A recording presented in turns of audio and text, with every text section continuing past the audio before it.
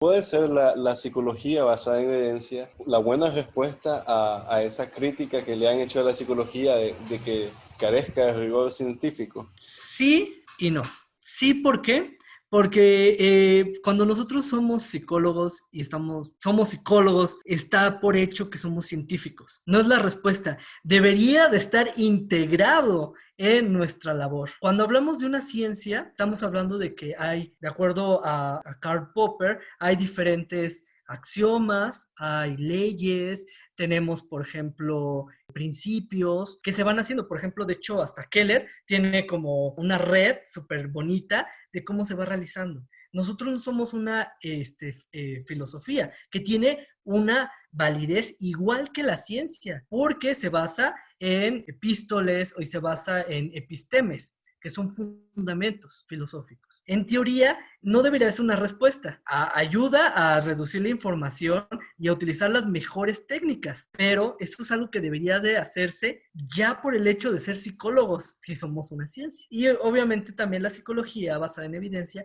tiene múltiples críticas que no podemos negar. Estar fuera de las críticas y del lente de la construcción y la reconstrucción de la psicología es algo difícil, ¿ya? Porque siempre estamos en constante crecimiento, reproducción y construcción también para poder fomentar y buscar más respuestas al funcionamiento humano, pero me parece genial que la psicología basada en evidencia sea como que un sí y un no, ¿ya? Porque así es la psicología, así somos los humanos en general, somos un sí y un no. Claro, claro, y que también es importante, ¿no? La psicología basada en evidencia no lo es todo, ¿ok? Hay otros modelos que se han hecho. De hecho, actualmente, en el 2015 empezaron, desde hace mucho tiempo, empezaron a haber crisis en la medicina basada en evidencia y en la psicología basada en evidencia. Te contaré, Foucault decía que todo el acto del humano tiene conflicto de intereses, ¿no? Y es una realidad. Lo que nos hemos encontrado es que hay algo que se llama calidad de marca. ¿Qué es esto? Cuando uno no sabe leer, ¿te acuerdas que te comentaba? Cuando uno sabe realmente qué es medicina basada en evidencia y no sabe leer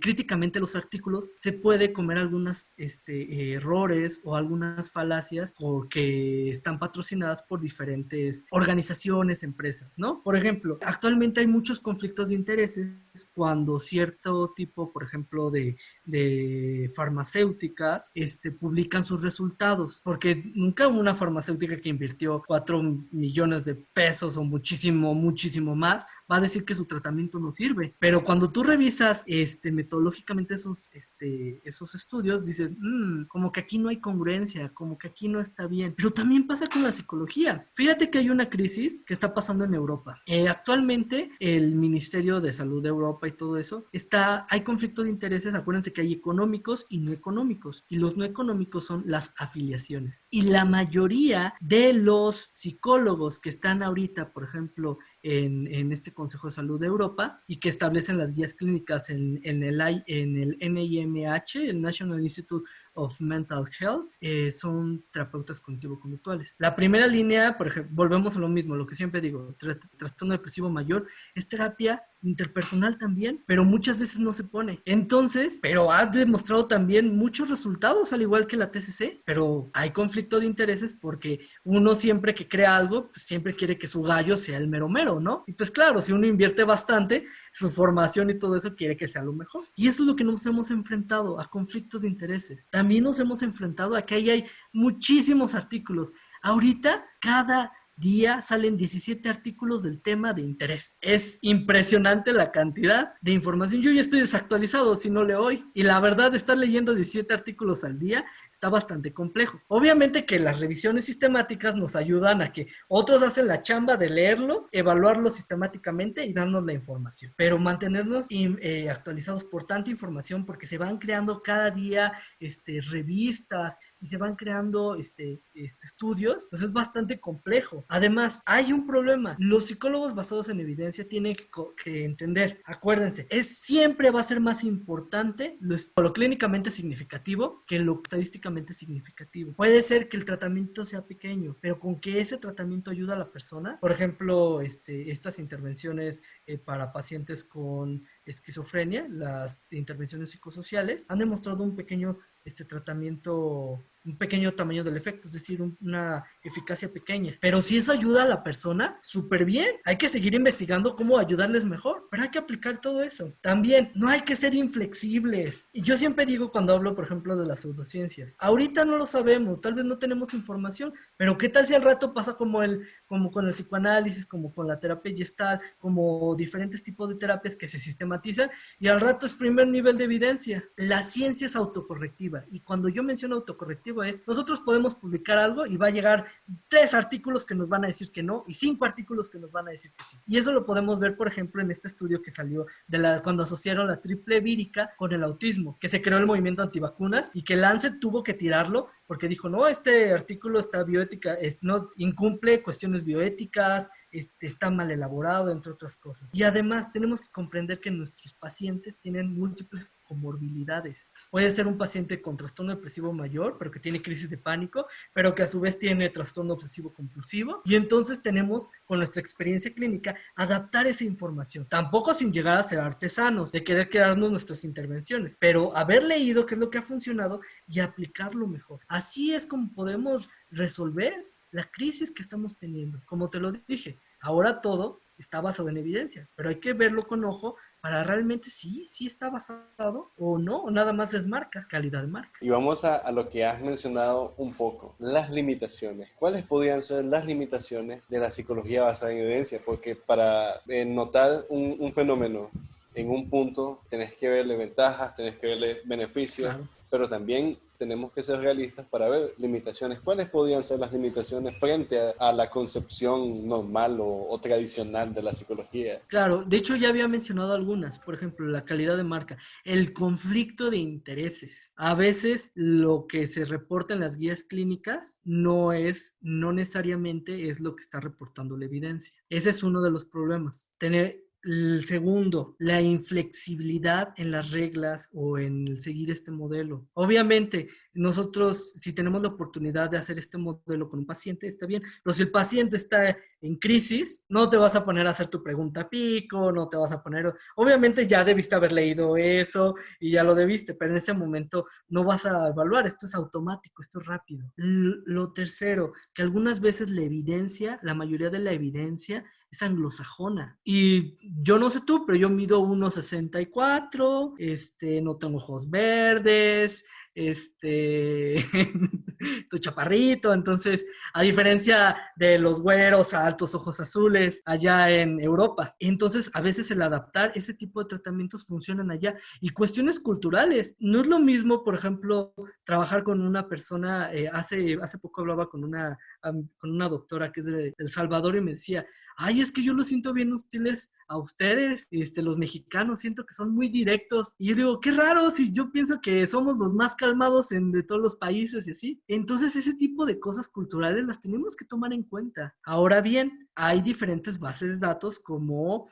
Lilacs, que nada más está dedicada para Iberoamérica, para personas como nosotros, y que tenemos que tomarlo y comparar. Y que algunas veces, por ejemplo, en países en desarrollo, las intervenciones que se proponen no se pueden hacer por la imposibilidad económica. Y esto es bastante importante. Puede ser que sepamos cuál es la primera línea de evidencia. Por ejemplo, la morfina, pero la morfina, por ejemplo, en el Atlas de cuidados paliativos, la proporción que reciben, por ejemplo, en Latinoamérica es muy poca. Es un problema amplio. Y además, hay cuestiones de filosofía de la ciencia bien bonitas. A mí me encanta ese tipo de temas. Y mencionas, a ver, tú estás proponiendo una forma para este paradigma categoriza por niveles de evidencia y diseños. Pero ¿cómo sabemos qué es la mejor forma? Tenemos diferentes niveles de evidencia. Los de McMaster, los de las fuerzas especiales, tenemos los de Oxford. Ahora tenemos que evaluar, hacer una metaevaluación de nuestro sistema. Y ahí es como cuando tronamos. Pero poco a poco hemos ido resolviendo todos estos tipos de paradigmas. Y además de que el hecho de que no basarnos en cuestiones estadísticas no es lo importante de los artículos. Sí está bien que tiene un tamaño del efecto que es una medida para saber qué tan efectiva fue.